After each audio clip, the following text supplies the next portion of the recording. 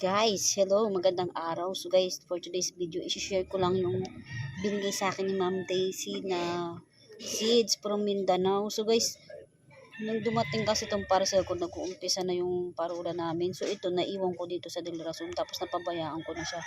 Tapos nakita ko siya habang nag-aayos ako ng mga halaman.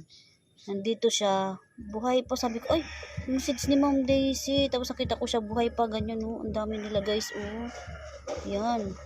So, ang gagawin natin siya guys, ako natuwa ako kasi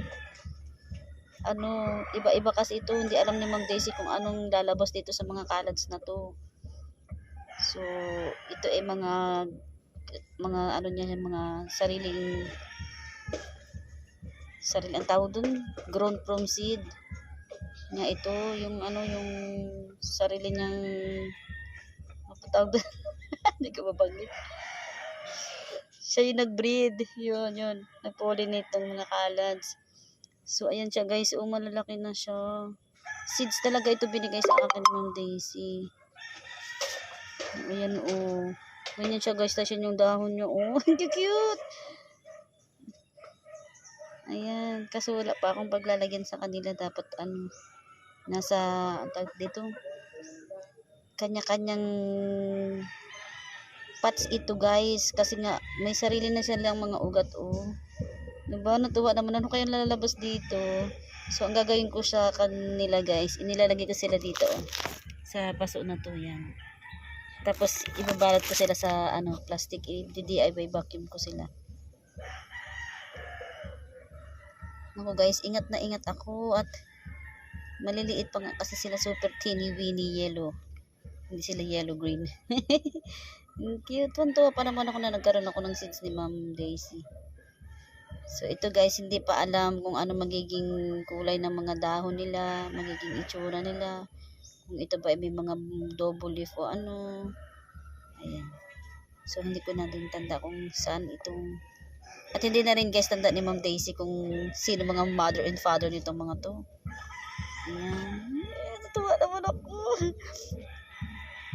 Inaayos ko rin guys yung mga kaladyum ko dito kasi nga nabisi nga ako sa paggawa ng parol. Yung iba guys na mga kaladyum, hindi iba, halos lahat pala ng mga tulog sila, ayun, tulog. So grabe guys, ang dami nito. Hindi pa ako nangangalaghati.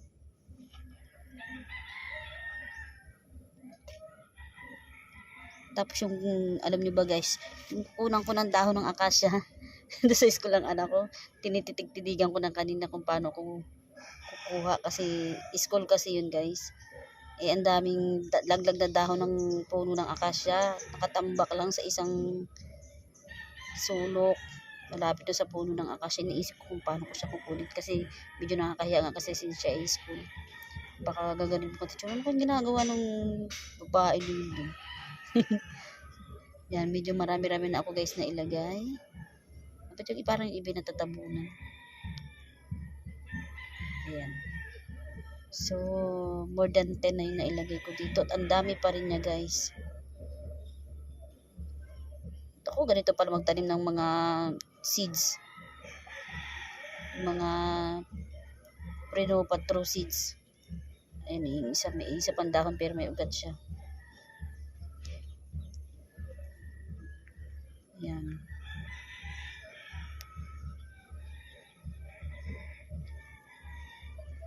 Dito sa amin guys, mahal pa ang kaladyum kasi walang masyadong nagbi-breed ng kaladyum dito.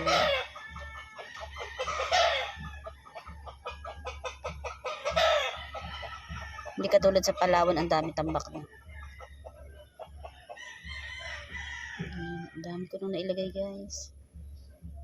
Sa mga ilang week kaya ito bago sila magkaroon ng maayos sa dahon.